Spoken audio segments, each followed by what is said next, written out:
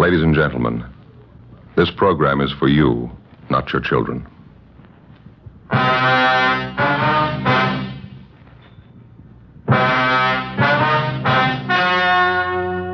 story you are about to hear is true.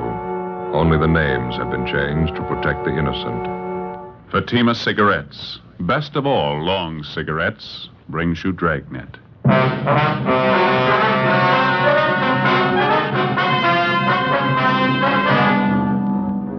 You're a detective sergeant. You're assigned to homicide detail. A woman and her 2-year-old child disappears suddenly. There's no apparent reason for it. 5 days pass. No trace of them. Your job? Find them. Webster's Dictionary. Definition of the word compare. Compare. Examine for purpose of discovering resemblance or difference. Now, let's compare Fatima with any other king-size cigarette. The resemblance. Fatimas are the same length as other king-size cigarettes, 85 millimeters. Fatima has the same circumference, 1 1/64 inches around. And Fatima filters the smoke exactly the same long distance as other king-size cigarettes. The difference. In Fatima, the difference is quality. You see, Fatima contains the finest domestic and Turkish tobaccos superbly blended to make Fatima extra mild. You get all the advantages of extra length plus Fatima quality, which no other king-size cigarette has. So compare Fatima yourself. Your first puff will tell you... Ah, that's different. Yes, in Fatima, the difference is quality. Buy Fatima. Best of all long cigarettes.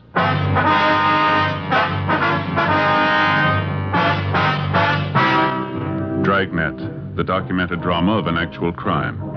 For the next 30 minutes, in cooperation with the Los Angeles Police Department, you will travel step by step on the side of the law through an actual case transcribed from official police files.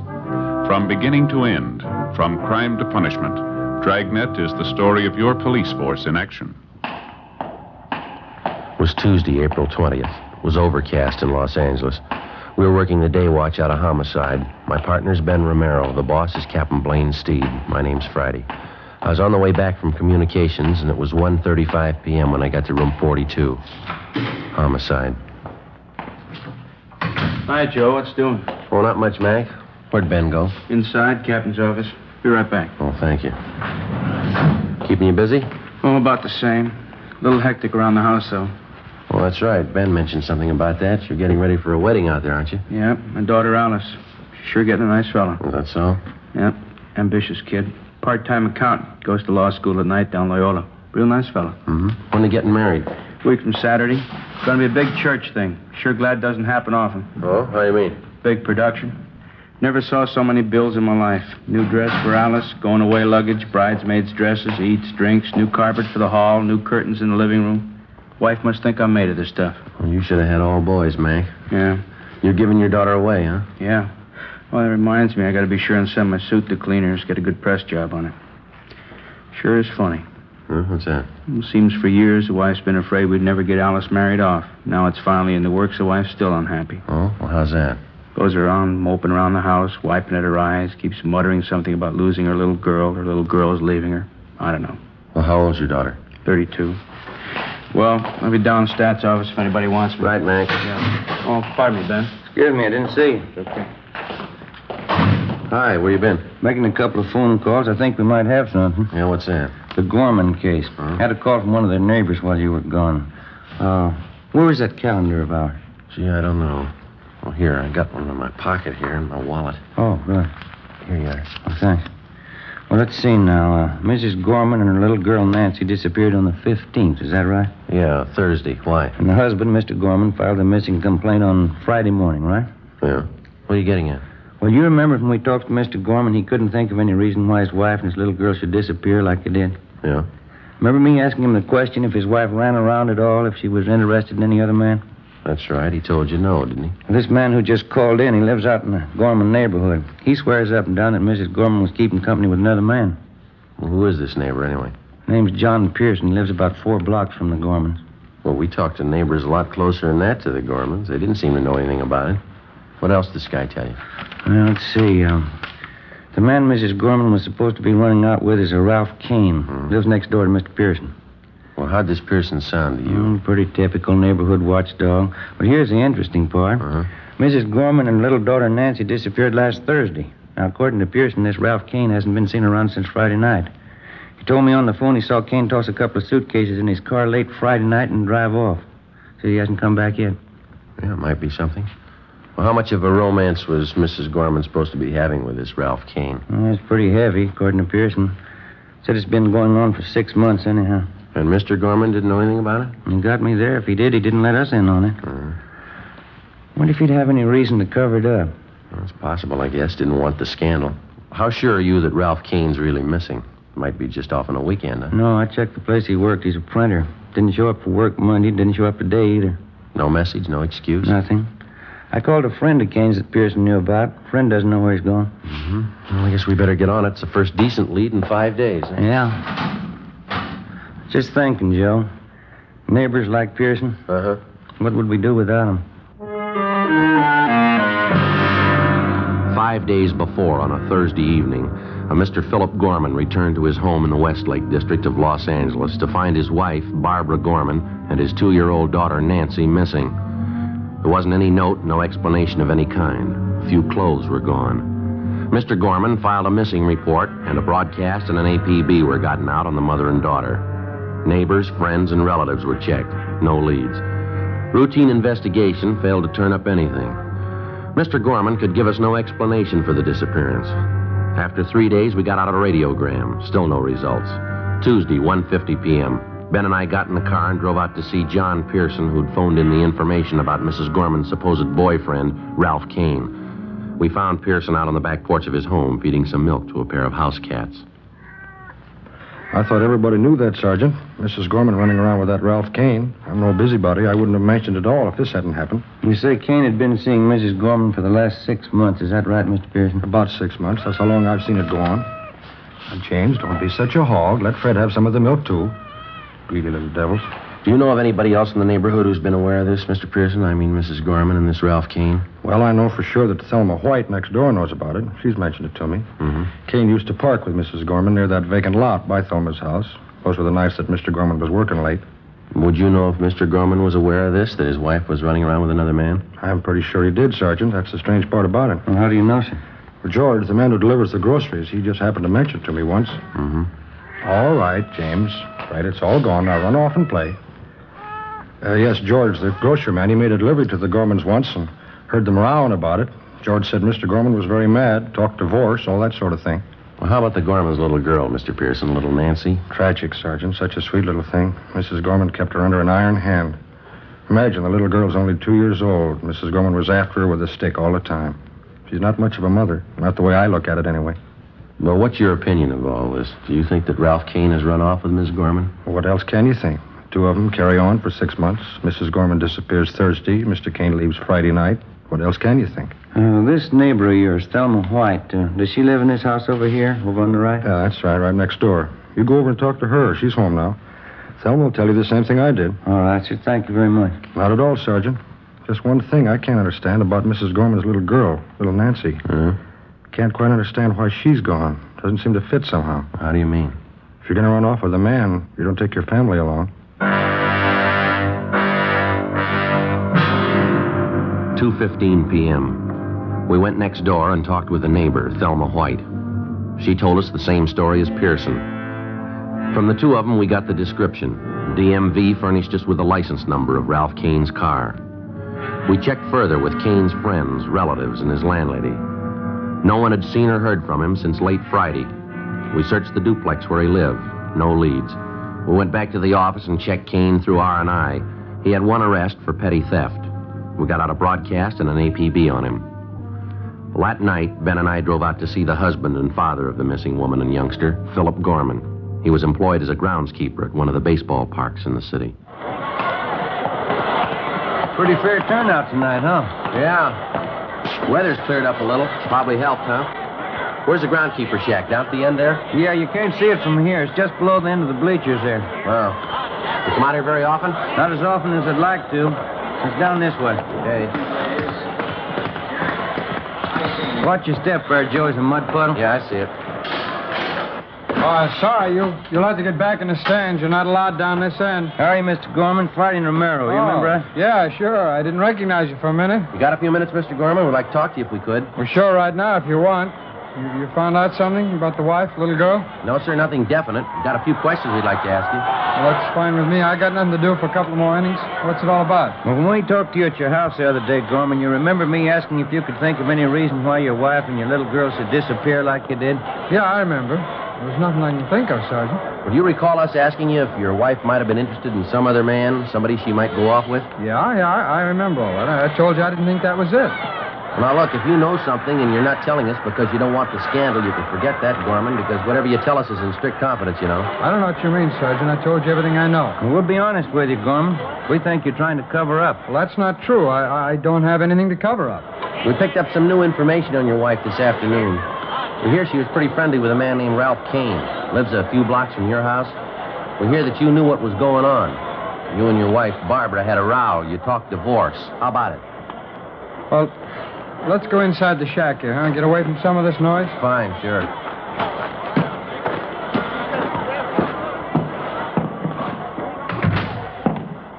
I hope you don't mind it in here. It's a little dirty. I keep all the maintenance stuff in here. That's all right, Gorman. Now, how about Ralph Kane? Yeah. I knew about it. It's like you said, all the scandal. I just didn't want it to get out. Well, look, if you're going to hold out on us, it's not going to help much to find your wife and little girl. Yeah, I know, Sergeant. I just didn't want people to find out what a bum I married. You know what some neighbors are like. Mm-hmm. I can't understand how it happened. I met the wife when I was in the Army. I see. I brought her back out here. Everything was fine. After the baby was born, she started to change. Nothing satisfied her. She began to run around. Nothing but a bum, but I guess I found out too late. Well, now, this Ralph Kane, what do you know about him? You know, he's a single guy. Works at a print shop downtown. He's a pretty good-looking guy. He's got money to spend. That's all Barbara cares about. Well, what's your idea about it? Huh? You think Kane and your wife have gone off together? Well, to tell you the truth, I'm not sure. Maybe they did. I've been trying to check around them all. I'm not getting very far. There's only one thing I'm really worried about. That's my little girl, Nancy. I don't care what my wife does or how far she goes. I just want my little girl back, that's all. Well, you any idea at all where your wife might have gone? No, none at all. She didn't know California too well. She's only been out here a year. Mm-hmm. You don't know any of Kane's friends, his hangouts, or places you think he might go? No. Well, I've never even met the guy, Sergeant. I'm going to, though. I know what he looks like. I'll meet him. Well, there's just one more thing, Gorman. If your wife was set on running off with another man, why did you take your little girl with her? She wasn't too devoted to the baby, I understand. Yeah, that's right. That's what's got me worried. The only thing I can figure out is the wife hated me more than I thought. She knew that I thought Nancy's about, the greatest thing alive. I guess rather than let me have her, she took Nancy along with her. Well, is it possible she might drop the baby off with some friend or relative and tell them to keep her? Well, I've checked on that already, Sergeant. You got the names of all the people we know. I'm sure they'd get in touch with me if they had Nancy. Well, we'll double-check them anyhow. All right. Now, if there's anything else comes up, you let us know right away, huh? All right, Sergeant. It's just the baby, that's all, Nancy. As far as I'm concerned, my wife never lived. It's kind of hard to take in a way. Yes, sir, it is. I think you got the finest setup in the world. Nice home, job, baby, good furniture, everything you need. Yeah. Everything but a wife. The search for the missing wife and the 2-year-old daughter went on. The broadcasts and teletypes on Mrs. Gorman and Ralph Kane failed to net us a thing. A week passed. There were no leads. Another week went by. Nothing. The half-dozen replies we'd gotten on our teletype went nowhere. They were blind leads. Wednesday, May 5th. We got a call from the manager of an auto court in the south end of the city. He told us that a man, a woman, and a little girl, answering the description of the missing trio, had stopped at his place the night before. Along with Jack McCready from Homicide, Ben and I drove out and interviewed the man. We showed him pictures of Kane, Mrs. Gorman, and 2-year-old Nancy. He identified all three. He could give us no idea where they'd gone. We checked through the cottage where they stayed. No, nothing. Just about as clean as you can get. A little something here. Huh? What's that? Look here. Kid's picture book. Let's see. Yeah, take a look right here. Oh, this book belongs to Nancy Gorman. Well, we know they were here. That's about it. Hey, Ben? Joe? Yeah, Mac. Where are you? Out in the back? Come here. All right.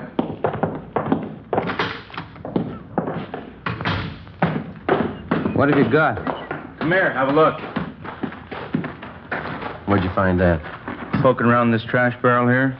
Looks like part of a little girl's dress, huh? Yeah, there's not much there. Did you find the rest of it? Well, that's all there is, just that little collar. Take a look here, Ben. These stains right here, over here, too. Yeah. What do you think? Mac, blood stains? I'd say so. We drove back to the office to the crime lab and had Lee Jones run the stains on the dress. He ran a benzidine test and then a biological precipitant. The stains were made by human blood. Well, it still didn't put us any closer to the missing child or her mother. The search went on. We redoubled our efforts. No luck. Another 10 days passed. We had a few more responses to our all points bulletin, but none of them panned out. On May 16th, we got 2 more leads to check out. They went nowhere. We got back to the office a little after 6 p.m. Better call Mr. Gorman after we check in, huh? Keep him off of our backs. Yeah, I hate to keep telling him the same thing. No word. Yeah. How about it? You call Gorman tonight, huh? All right. Mac, what's doing? Got something for you. Sheriff's substation called, East L.A. Yeah, what about? The Gorman case, they found him. Where? Another auto court right there in East L.A. Ralph Kane and Mrs. Gorman, they got them both under surveillance. Well, how about the little girl, Nancy? Well, that's a hitch. Huh? No sign of her.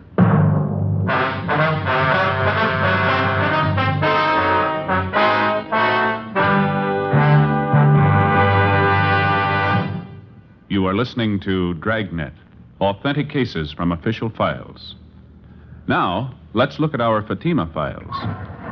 Listed under H. Hardwick. Cedric Hardwick, distinguished actor. He says, I find Fatima a very pleasing cigarette. It has a distinctly better flavor. K. Kelly. Nancy Kelly, star of the Broadway hit Season in the Sun. She says, Between scenes and after the show, I like to relax in my dressing room and light up a Fatima. They have a really different flavor. And what's important to me, they're extra mild. listed under L. Lovett. Vice Admiral Leland P. Lovett, United States Navy, retired. He says, I smoked Fatimas when I was a midshipman. I still do, because they have a better flavor and aroma. Fatima is easily the best of all long cigarettes. friends, our files show Fatima sales are going up. Up every day. The reason for Fatima's ever-increasing popularity can be summed up in 2 words. Fatima quality. Yes, Fatima gives you all the advantages of extra length, plus Fatima quality, which no other king-size cigarette has. So if you smoke a king-size cigarette, compare Fatima. You'll find they now cost the same, but your first puff will tell you. Ah, that's different. Because in Fatima, the difference is quality. Buy Fatima. Best of all long cigarettes.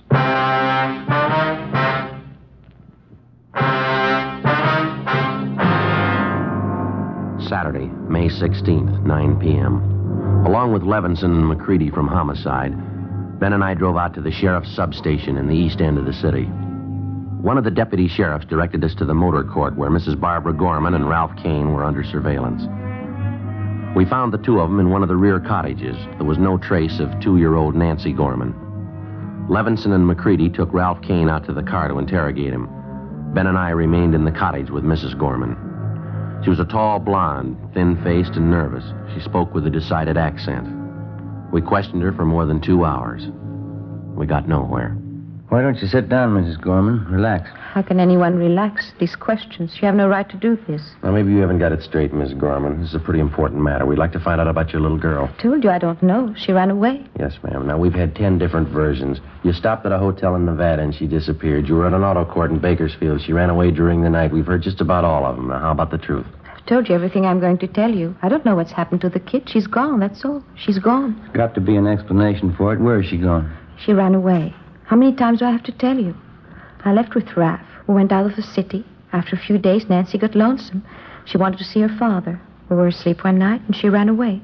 That's all there is to it. It's simple. Why can't you understand? Oh, you're going to have to do better than that, Mrs. Gorman. Now, how about the truth? What happened? You can't keep me here all night. Where's Raph? I want Raph.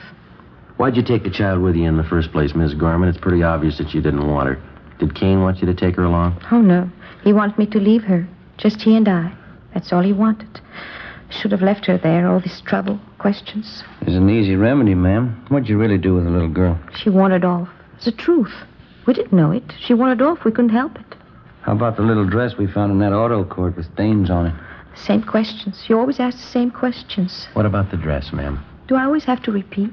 I told you. Raph cut his hand. He was shaving. It was just an old dress, a rag. Raph bandaged his hand with it. Well, you usually wear bandages a while, don't you? You don't just throw them away. It was only a scratch. He didn't need the rag very long. Quite a few stains on the dress, ma'am. Must have been more than just a scratch. No, it was just a scratch. Can't you believe anything I say? No, not so far. Please. Can't I go outside for a few minutes? I have a headache. It's so hot in here. All right, Miss Gorman. Go ahead, ma'am. Yeah, thanks.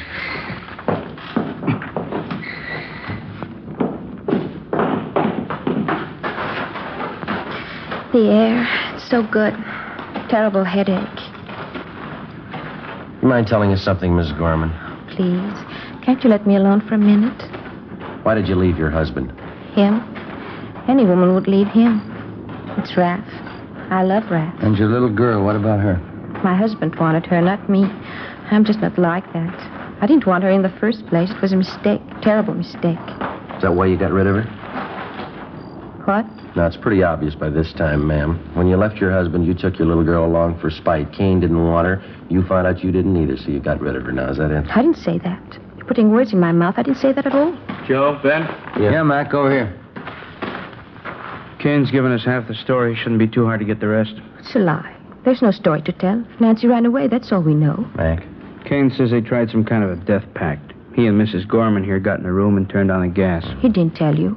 He didn't tell you. Afraid so, ma'am. That's your boyfriend's story. What else, Mac? Well, as I say, Kane and Mrs. Gorman got in the room, agreed to end it all. They had a little girl with them in the room. Well, why was that? Kane says he doesn't know. Seemed to simplify things, having the kid with him. He tell you what happened? Yeah, they turned on the gas jets. No. Don't. Never mind. Miss Gorman? Never mind. You don't have to say it. You want to tell us about it? Miss Gorman? Yes. I'll tell you. 3 a.m. We went back inside the cottage at the auto court. We gave her a cigarette, and Barbara Gorman sat down and told us the story. 4 days after she'd left with her 2-year-old daughter and Ralph Kane, she knew she'd made a mistake. She admitted that she never should have taken the child. She said the little girl seemed to be in their way all the time. Kane was all for deserting the child or sending her back to her father. Mrs. Gorman wouldn't agree to it, just out of pure spite. One night in an auto court, she and Kane had a big drinking party. They brooded over the mix-up that they'd gotten themselves into. Kane didn't have any money to get married. He knew he'd lost his job. Even if they could get married, Mrs. Gorman wasn't sure she could get a divorce. Another full day and night of drinking, and they decided on a lover's death pact. They turned on the gas. I don't get it, Mrs. Gorman. Why'd you have your little girl in the room with you? Why didn't you leave her with somebody, with anybody? Why? She was mine, wasn't she? I thought we could go together, all three of us, but it didn't work that way. Well, what happened? Well, Raph and I woke up. Our throats were burning. My eyes were burning. I looked over at Nancy. She wasn't moving. It was just like she was asleep. And what'd you do then? We got in the car and left. We found a nice place in the desert. There were nice flowers there. We buried Nancy. How about you and Ralph Kane? You knew you were in deeper. Why didn't you try it again? Oh, we did, a couple of times. We loved each other. It's the only thing we could do, but every time we tried, we couldn't go through with it. We'd try. We never could finish it. Ralph got a job. We were going to buy a gun. Tomorrow, we'd try again. Can you show us where you buried your little girl? Yes. Place in the desert, out near Palm Springs. It was a nice place. There's lots of nice flowers around. You understand, don't you? We were in love, Raph and I. Yeah. My husband wouldn't understand the way I loved Raph. It was everything. It was the whole world, Raph and I. I didn't mean it that way for Nancy. It was a mistake. You've got to understand I didn't mean it that way. That's the way it is. Doesn't matter. You can't hurt us, not Raph and I. You can't take away what we've got. You'll never take that away. All right. You want to get your coat? Yes. Doesn't matter what happens. It's for Ralph. I don't care what they do. I'll keep on loving him. Same way I love him now. Doesn't matter. We'll pay for our mistakes. Yeah, lady. They're going to cost you. At 5 a.m., we put in a call for Lieutenant Lee Jones and the crime lab crew and the coroner. When they arrived at the auto court, we drove to the spot in the desert near Palm Springs where Ralph Kane and Mrs. Gorman pointed out the spot where they'd buried Nancy. The body was uncovered at the exact spot. It was taken back to town to the county morgue, where an autopsy was performed. Kane and Mrs. Gorman were booked on suspicion of murder. By 5 o'clock that afternoon, we had the results of the autopsy. Yeah, Doctor. Uh-huh. Right. Thank you. Bye. What's the story, Mac? Not what we thought. Well, how do you mean? I think Mrs. Gorman sold us a bill of goods. Little girl didn't die in a room full of gas. What'd the doc say? He found 2 bullet holes in the body. That night, after hours of interrogation, Ralph Kane and Mrs. Barbara Gorman both broke down and confessed that they'd killed the child in cold blood. They pleaded drunkenness, that they weren't responsible for their actions. They were returned to their cells and held without bail. The child's father, Philip Gorman, was notified. The following morning, Ben and I accompanied him to the county morgue. It's this way, Mr. Gorman. Oh, thanks. You sure you want to go through with this, sir? Mr. Gorman? Well, I might as well tell you the truth. I'm not sure I do. It isn't going to help much, Mr. Gorman. Believe me, it isn't. Well, I just wanted to see you just once more. Yeah, well, it doesn't work out. Wouldn't be the same. Not the way you remember. Just wanted to see. I just wanted to find out. What's that? About her mother, Ralph Kane. What is it that could make them do it? Little girl, she's only 2. What could make anybody do a thing like that? Your wife called it love.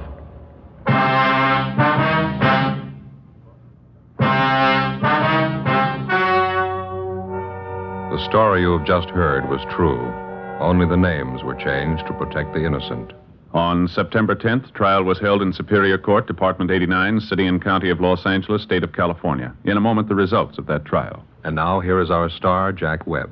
Thank you. Friends, tonight you've heard just a few of the reasons why you should smoke Fatima. It sums up this way. Fatima gives you all the advantages of extra length, plus Fatima quality, which no other king-size cigarette has. Tomorrow, buy Fatima in the golden yellow package. Remember, they're extra mild with a different, better flavor and aroma.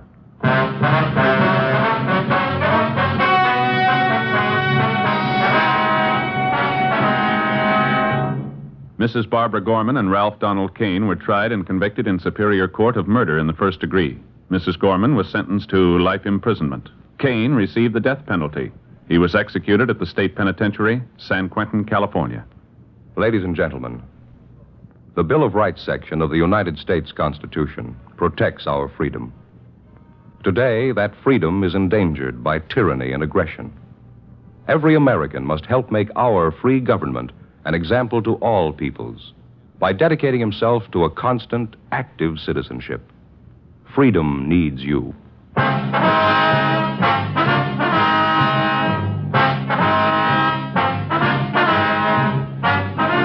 You have just heard Dragnet, a series of authentic cases from official files. Technical advice comes from the Office of Chief of Police W.H. Parker, Los Angeles Police Department. Fatima Cigarettes, best of all long cigarettes, has brought you Dragnet, transcribed from Los Angeles.